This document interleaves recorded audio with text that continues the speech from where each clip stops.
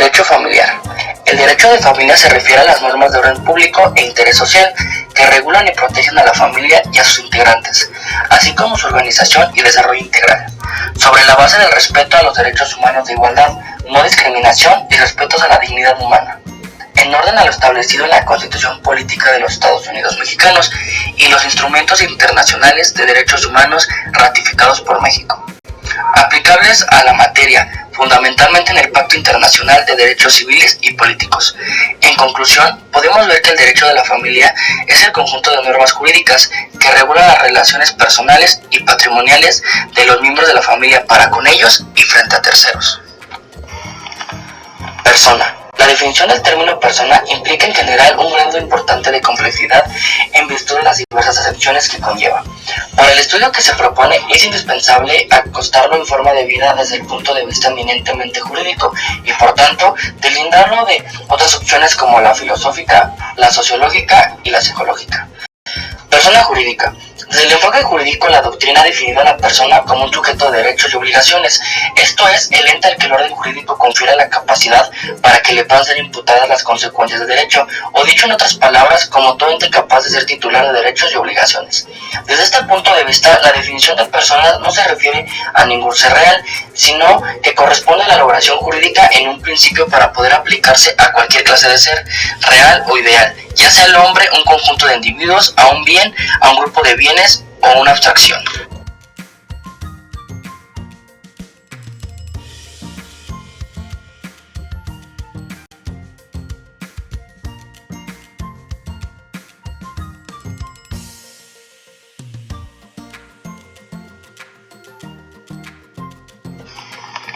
Capacidad de goce. La capacidad jurídica es, dentro del derecho civil, la actitud de un individuo para asumir derechos y obligaciones por sí mismo, independientemente de una persona externa.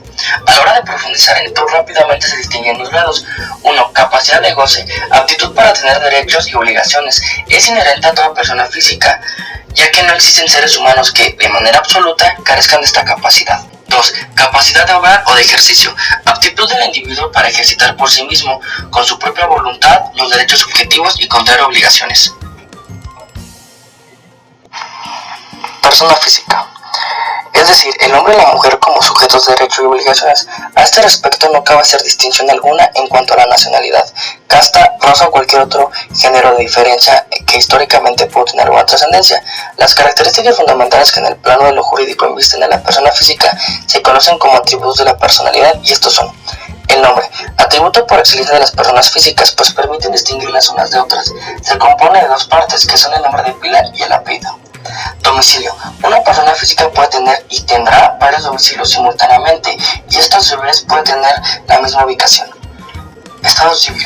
Este va más allá del matrimonio. Este se define como la relación jurídica entre una persona con su familia y los miembros que la componen.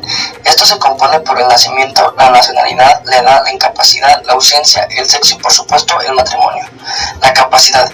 Esta es, como su nombre lo sugiere, la aptitud de ser apto o adecuado para adquirir y ejercer derechos y obligaciones. El patrimonio. Si bien jurídicamente la definición puede ser un poco más compleja, coloquialmente podemos definir el patrimonio como todo lo que una persona tiene, así lo que deben o debe.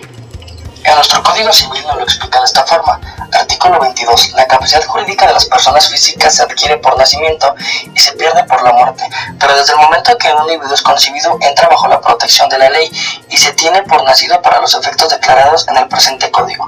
Artículo 24. El mayor de edad tiene la facultad de disponer libremente de su persona y de sus bienes, salvo las limitaciones que establezca la ley.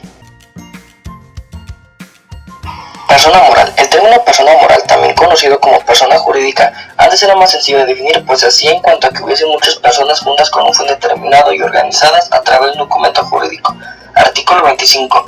Son personas morales las que: 1. La nación, el Distrito Federal, los estados y los municipios. 2. Las demás corporaciones de carácter público reconocidas por la ley. 3. Las sociedades civiles o mercantiles. 4. Los sindicatos, asociaciones y profesionales y las demás que se refieren a la fracción 16 del artículo 123 de la Constitución Federal.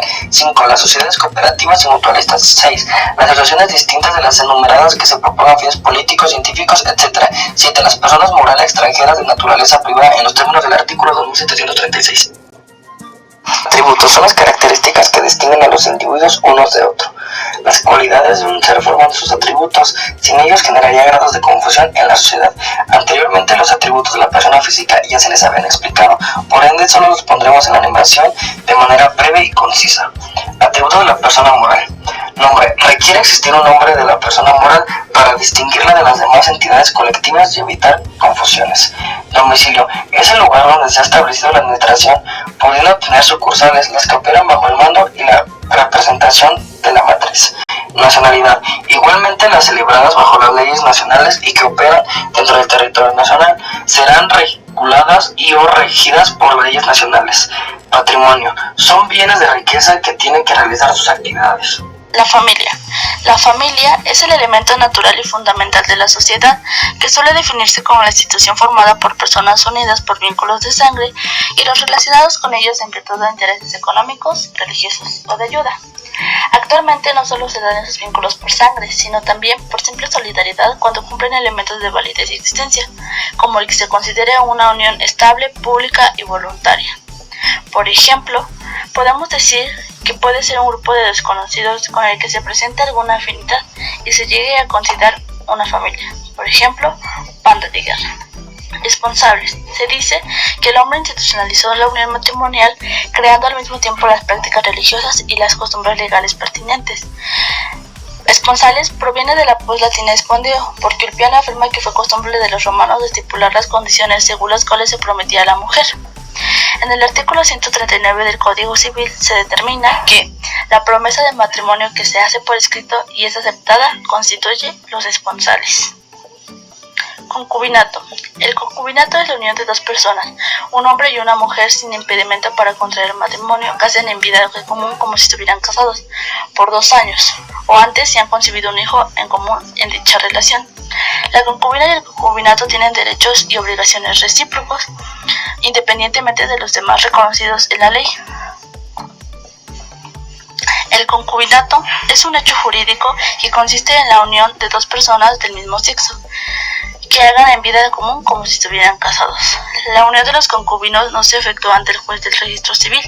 Sin embargo, a pesar de esto, la ley les otorga efectos jurídicos para la protección de los derechos de los miembros de la pareja y de sus hijos. El matrimonio es la unión libre de dos personas para realizar la comunidad de vida, en donde ambas partes se procuran respeto, igualdad y ayuda mutua. Deberá celebrarse ante el juez del registro civil y con las formalidades que estipule el presente código. Los cónyuges están obligados a contribuir cada uno por su parte a los fines del matrimonio y a socorrerse mutuamente. El matrimonio debe celebrarse bajo los regímenes patrimoniales de sociedad conyugal o separación de bienes. Para poder celebrar matrimonio, es necesaria la presentación de una solicitud por escrito ante el juez del registro civil con los siguientes requisitos. El consentimiento de ambas partes. Los nombres, apellidos, edad, ocupación, domicilio y nacionalidad de los pretendientes, al igual que los nombres, apellidos y nacionalidades de sus padres. Los contrayentes deberán ser mayores de edad. En caso de no ser así, solo podrán contraer matrimonio siempre que ambos hayan cumplido la edad de 16 años y con el consentimiento de sus padres o tutores. Actas de nacimiento, la declaración de 2 testigos mayores de edad, exámenes prenupciales y la selección del régimen bajo el cual se contraerá matrimonio, ya sea sociedad conyugal o bienes separados. Al igual que los requisitos, existen ciertos impedimentos para contraer matrimonio, los cuales son la falta de edad que requiere la ley, falta de consentimiento del tutor, parentesco de consanguinidad, parentesco por afinidad en línea recta sin límite de grado, adulterio entre las personas que requieren contraer matrimonio, siempre que el adulterio se haya probado judicialmente, el atentado contra la vida de uno de los miembros de un matrimonio preexistente para contraer nupcias con otra persona o con el que quede libre, violencia física o moral para la celebración del matrimonio y la impotencia curable para la cópula.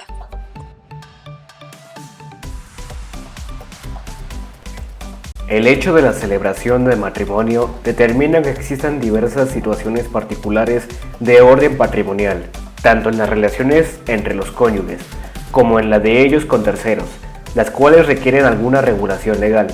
Tal regulación ha determinado en los antecedentes históricos y en el derecho comparado de la información de distintos sistemas o regímenes basados en diferentes principios. Esos sistemas son denominados corrientemente regímenes matrimoniales. Pueden definirse entonces los regímenes matrimoniales como los sistemas jurídicos que rigen la relación patrimoniales emergentes del matrimonio. Sociedad conyugal. La sociedad conyugal es la comunidad de bienes en la que no importa cuál de los cónyuges adquiera o sea titular de los bienes durante el matrimonio. Estos pertenecen a la sociedad de bienes y regulada en las capitulaciones matrimoniales por los mismos. En caso de divorcio, se considerará que son copropietarios, por lo que se puede afirmar que la propiedad de los bienes comunes es de ambos cónyuges, mientras existe la sociedad conyugal. Cuando se contraiga matrimonio bajo el régimen de sociedad conyugal y no se otorgue las capitulaciones matrimoniales o haya omisión o imprecisión en ellas, se seguirán las siguientes reglas. A. Si no se prueba en los términos de la ley que los bienes y utilidades obtenidas por alguno de los cónyuges pertenecen solo a uno de ellos, se entenderá que forma parte de la sociedad conyugal. B.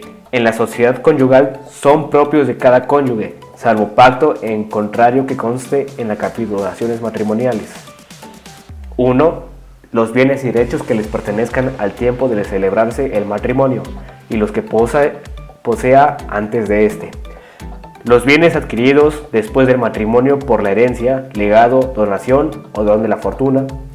Los bienes adquiridos por cualquier título propio que sea anterior al matrimonio, aunque la adjudicación se hiciera después de la celebración del mismo, siempre que todos los gastos que se generen para hacerlo efectivo corran a cargo del dueño de este. Los bienes que se adquieren con la venta o permutas de bienes propios, objetos de uso personal, los instrumentos necesarios para el ejercicio de la profesión, arte u oficio, en caso de haber sido adquiridos con fondos comunes. El cónyuge que los conserve deberá pagar la parte proporcional que le corresponde. Los bienes comprados a plazos por uno de los cónyuges antes de contraer matrimonio, siempre que la totalidad o parte del precio se cubra con dinero del mismo cónyuge, exceptuando la vivienda, enseres y maneje familiares. Separación de bienes. Clasificación en cuanto al régimen de separación de bienes. 1. Absoluta. Todos los bienes pertenecientes a los cónyuges y que deben ser declarados y enlistados exhaustivamente en las capitulaciones matrimoniales se encuentran bajo el régimen de separación, sin que el otro tenga derechos, obligaciones o beneficios respecto al de los mismos. 2. Parcial. En este caso, los bienes que no se encuentran consignados en las capitulaciones matrimoniales de separación serán objeto de la sociedad conyugal que deben constituir los cónyuges. La separación de bienes puede terminar o ser modificada por los cónyuges durante el matrimonio, si así lo convienen. En el caso de menores de edad, esto puede suceder siempre que den su consentimiento a aquellas personas establecidas en la ley. En ninguno de los regímenes patrimoniales del matrimonio, los cónyuges podrán cobrarse retribuciones u honorarios, alguno por los servicios personales, asistencia y ayuda mutua que se presenten. Sin embargo, cuando uno de ellos se encargue por ausencia o impedimento temporalmente de la administración de los bienes del ausente o impedimento, tendrán derecho a que se le retribuya por este servicio, tomando en cuenta su importancia y el resultado que produjera su intervención. Capitulaciones. Las capitulaciones matrimoniales son un acuerdo de las voluntades de los contrayentes o cónyuges, en virtud del cual se establece, se modifica o se sustituye el régimen económico de su matrimonio.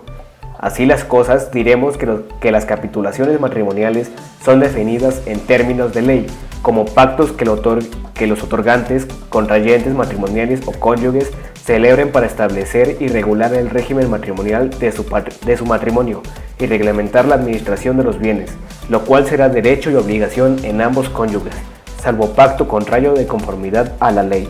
Las capitulaciones matrimoniales se establecen antes de la celebración del matrimonio y durante el mismo. También podrán estipularse o modificarse durante el matrimonio ante la autoridad competente, que será el juez de la familia o un notario mediante escritura pública.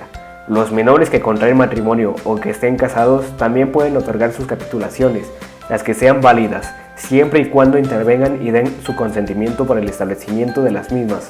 Las personas que den conformidad a la ley tienen que dar su consentimiento para el matrimonio. 1. Requisitos para otorgar las capitulaciones matrimoniales bajo el régimen de separación de bienes.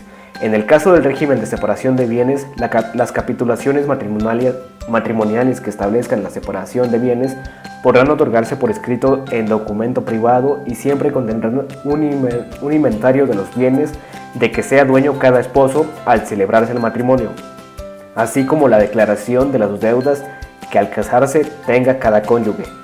No será necesario hacer constar en escritura pública las capitulaciones matrimoniales otorgadas antes del matrimonio. Sin embargo, si se modifican o se otorgan las capitulaciones durante el matrimonio, deberá cumplirse con las formalidades establecidas en la ley. Tratándose de la disposición o venta de bienes, los cambios en las capitulaciones matrimoniales deberán realizarse en escritura pública, haciendo la respectiva anotación en el protocolo en que se otorgan y en la inscripción del registro público de la propiedad. De otro modo, no producirá efecto contra terceros. Además, en caso de tratarse de menores de edad, para la modificación de las capitulaciones se requerirá del consentimiento de las personas requeridas para ellos en los términos de la ley, así como las formalidades exigidas para la transmisión de los bienes, de que se trate en lo particular.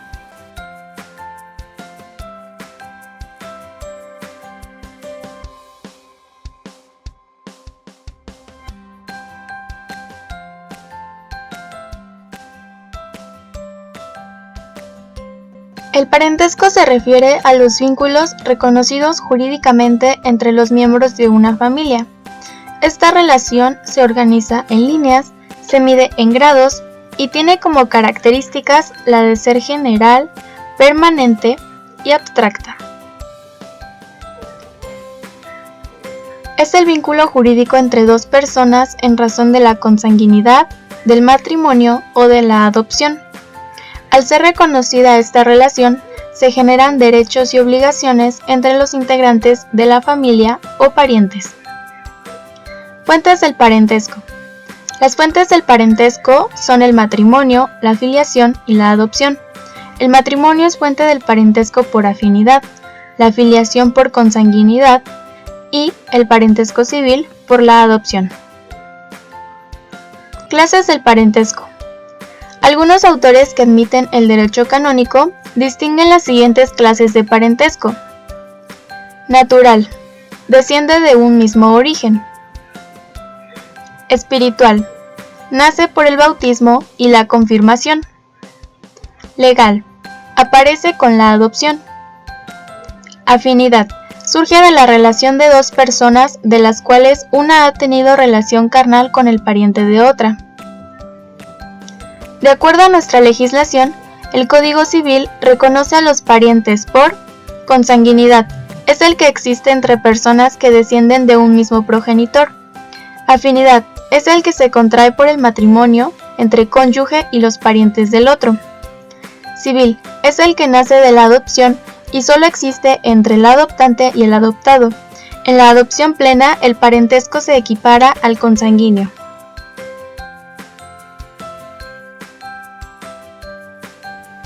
Líneas y grados de parentesco. El parentesco por consanguinidad y afinidad se establece en líneas y grados. Los grados se forman por las generaciones de ascendientes y descendientes. Varios de estos grados forman lo que se llama la línea del parentesco. Existen dos tipos de líneas del parentesco, la recta y la transversal. Línea recta. Está compuesta por la serie de grados entre personas que descienden unas de otras. En esta, los grados se cuentan por el número de generaciones, o por el de las personas excluyendo al progenitor. En este ejemplo, nuestro punto de referencia es la hija de los adultos mayores, que tiene un grado de parentesco hacia su hija y hacia sus padres, mientras que la bebé tiene 2 grados de parentesco con sus abuelos. Y aclaro que el padre de la bebé no tiene un grado de parentesco con los padres de su esposa, pues no comparten sangre, pero sí tiene un grado de parentesco con su hija. Línea transversal. Está formada de la serie de grados entre personas que, sin descender unas de otras, provienen de un mismo progenitor o tronco común. En esta, los grados se cuentan por el número de generaciones, subiendo por una de las líneas y descendiendo por la otra, o por el número de personas que hay de uno a otro de los extremos que se consideran, excluyendo nuevamente al progenitor o tronco común. Por ejemplo, Para llegar al grado de un primo avanzamos un grado por el progenitor, uno por el abuelo, uno por el tío y uno hasta llegar al primo, dándonos 4 grados. Filiación. Es el vínculo jurídico que existe entre dos personas en la que una desciende de la otra, lo que puede darse como consecuencia de hechos biológicos y o de actos jurídicos.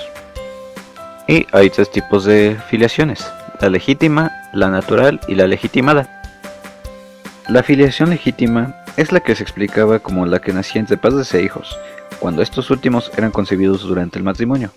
Podían nacer y ser reconocidos como hijos legítimos después de disuelto el vínculo matrimonial, siempre que hubieran sido concebidos mientras existió la unión matrimonial.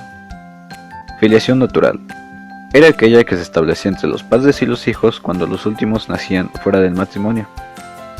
Y en este caso, la filiación se establecía respecto de la madre automáticamente, mas no así por lo que hacía el padre, puesto que en su caso, la filiación solo existía cuando se diera un reconocimiento voluntario o se declarara judicialmente.